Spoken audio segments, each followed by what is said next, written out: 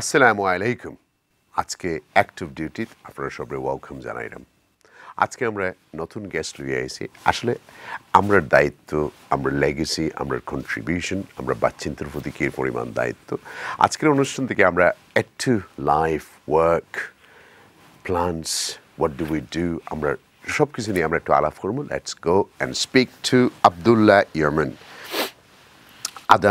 Adam Fathers, the date kid we call. Welcome to the show. How are you? Good. Thank you. Shall I address you as Abdullah? Yes, you can address me Abdullah, it's fine. Okay. How are you? Alhamdulillah, I'm very well. How are you? I'm well, thank you. Let's start. When did you come to UK? Or how does it happen? So I grew up in Redbridge. So your parents was here? Yeah. My grandfather came first many years ago. What part of Bangladesh are you guys from? From Sylhet, Biani Bazaar. Biani Bazaar? Yes. MashaAllah, MashaAllah. So, I grew up in Redbridge and ever since. Sasa still fit and well? Alhamdulillah, he's well, fit and well, mashallah. And is he still in Redbridge? Yes. Yeah, he's in Redbridge and right now he's in Redbridge and he's doing well, alhamdulillah. Okay, so, Sasia well? Yeah, she's fine. Thank you. Right, let's start. So you born here or you born in Bangladesh? I was born in Bangladesh, but I came here when I was 18 months. So little, really. Which school did you go? I went to Wanstead High School. Wanstead? Yeah. So you're not newcomers in Redbridge, you're the old ones? Yes. So now it's full of Bengali, full of Absolutely. Asians, but when you came in, there was not many Bengali, was it? Hardly any, to be fair. I mean, it was only a handful of families. And now I see, mashallah. Which school did you used to go? Wanstead High School. So that time I actually seen very ethnic minority, very few. So I was A handful of Bengalis. very mostly. handful. I was probably one of them in my class. So, and now seeing the changes happen over the years, really. So after you done your GCSE, what did you do? I went to college, studied computing, and then I went to university. So why you didn't go to restaurants? Why you didn't go to other places? Why? I think my father has always wanted me to pursue education. He always wanted me to not go for money, to go for something to make a name for myself, and just kind of like wanted me to focus on then education. you finished your college, done the degree. What did you do? So after I graduated from university, alhamdulillah, I've been selected as a civil servant through fast stream. And it was a very intense exams, and alhamdulillah I did really well, and I got a place at the passport office. So that was my very first job. Following that, I didn't look back, and it's been 10 years I've been working in home office, and alhamdulillah it's going really well. Well, do you go to Croydon every day? Not Croydon, I'm actually in the head office in Marsham Street, Westminster. Okay. Yeah. I didn't know there is another one in there. Yeah, So I thought there's quite a few actually. Croydon, okay. So many of them might be home office everywhere. Yeah. So as a British Bengali Muslim, how did you find as civil servant job, you know? Well, I think when I joined 10 years back, there was very few, but it was quite difficult for me to fit in to the culture. From coming from ethnic minority, also being a Muslim, and my name's Abdullah, so of course that was quite tough. But I actually took that as a challenge because I feel like from our community, we need to go to those places in the mainstream, and we need to make an impact.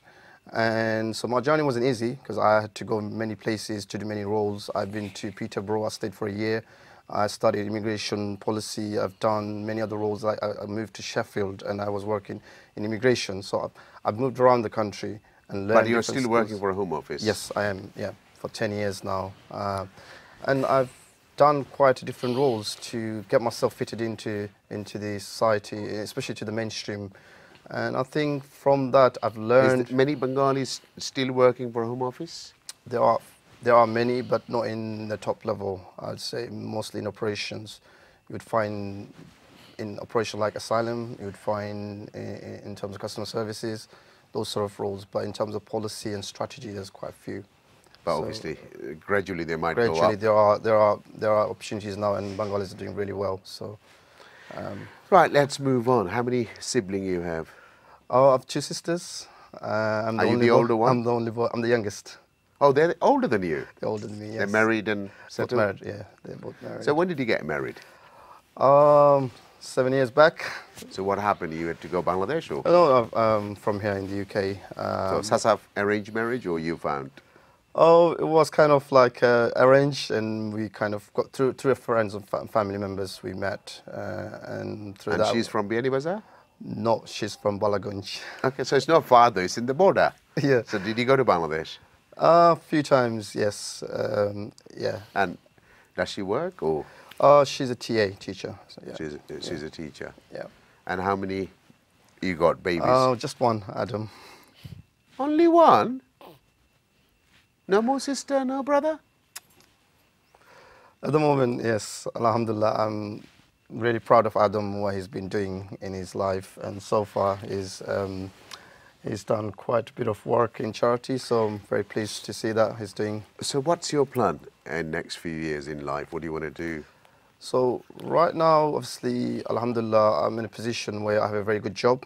I'm in policy and I'm enjoying what I'm doing. But I have quite a few other plans set up for the future. Is mainly I want to focus on giving back to the community. I want to work for the people because I feel like from my childhood, my upbringing was, from my parents, was to help others, to support people where I can. And I've always seen my mom and dad always gone beyond and helping So people. do you have একটা memory আছে নি সাসার লগে charity korra masjid banaira masjid dera? Have you got some There's memory because many. you're the only son, so you was always with him now? Yeah, there's many, honestly, because I give you one example. My dad went to Bangladesh, Yeah. and then he went to local mosque, and he found that the imam wasn't getting enough money. So he said to him, look, every month I will send you salary.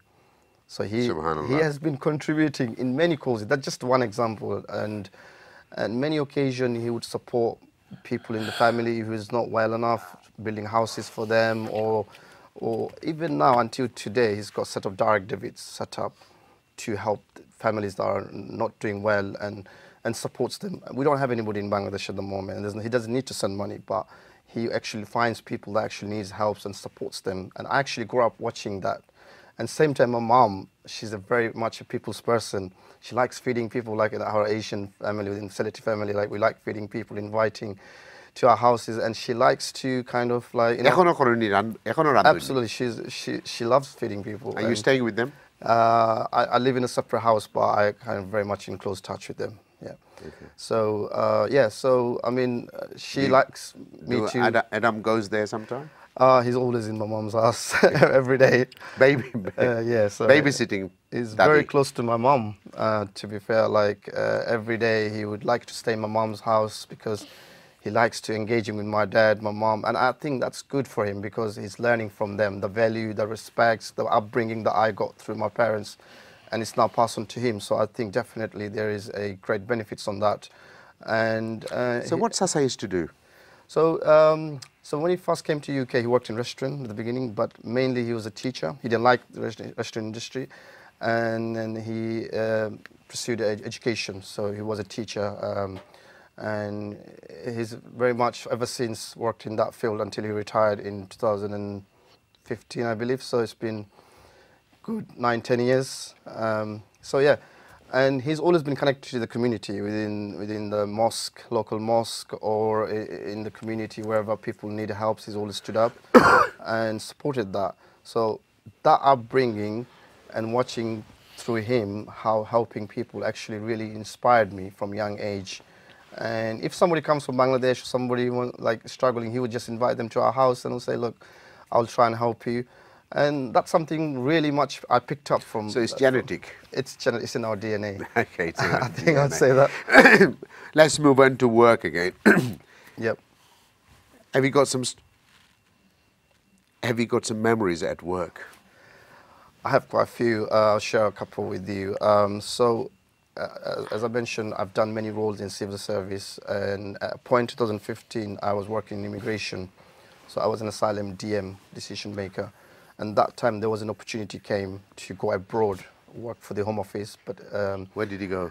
in a refugee camp in Greek islands. So there was many refugee camps were there. Like I remember back in 2011.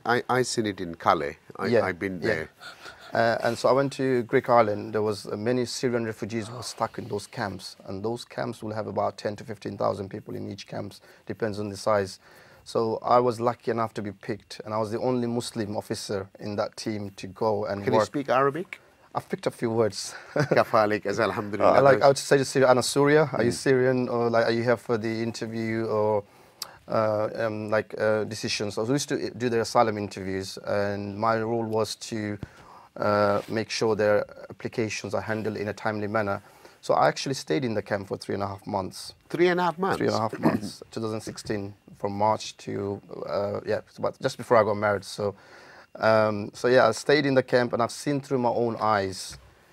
Normally you would go to camp probably for a day or two, and you would just come back. 3 months is a long time. 3 months was a very long time, and I actually got connected to those people. I knew everybody in the camp, majority of the people. But did they knew you are from Home Office or no? Oh, they knew, yes. They knew who we were, and they used to come regular basis to find out the updates on their applications. There was a story. There's one guy who was keep coming every single day and would knock on the door and would say, can you please proceed with my application? I want to actually go back and build my life. So especially when during the interview stage, he came for an interview, and I was conducting an asylum interview. He actually opened up and explained to me about his life story. And honestly speaking, Mahiba, it's like just really upsetting to hear those stories, because these people had a really good life. Yes. And suddenly... I've been there. I've been to Syria. All of a sudden, they lost everything. And mentally, the trauma, it's just unbelievable. And this guy actually lost everybody in his family. Lost his wife, he had 2 beautiful children, they lost all of them. He's just a single man, but he's a broken man.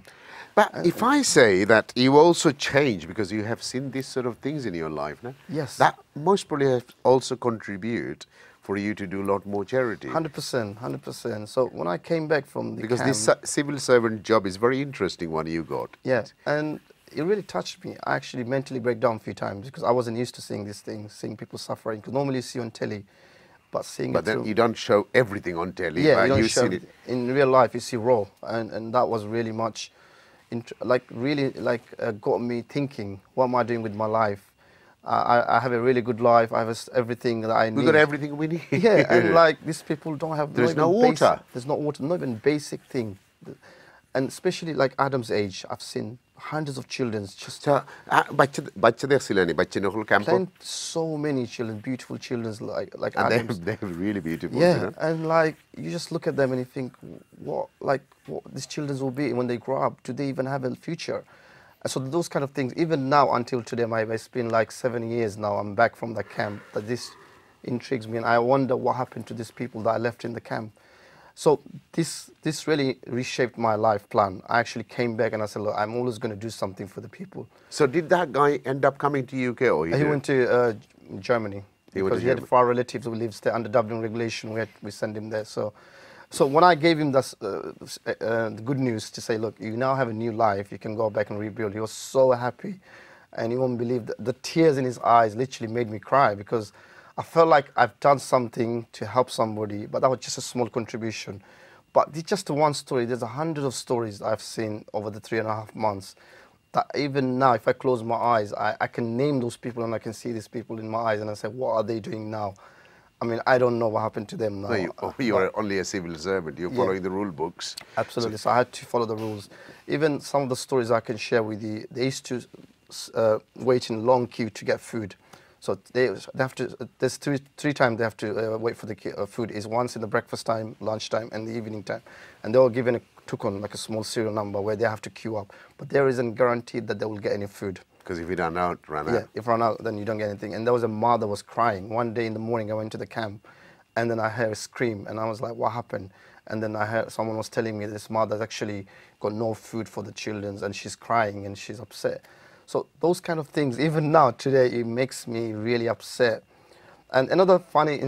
Let me come back. Let me come back. Sure. Because আমরা একটা ছোট্ট বিরতি যাইব, but very interesting আমরা বিরতির পরে আমরা মাতমা আপনারা লগে থাকুক. Let's go and find out যে আসলে ক্যাম্পের ভিতরে কি হইলো লাইফও.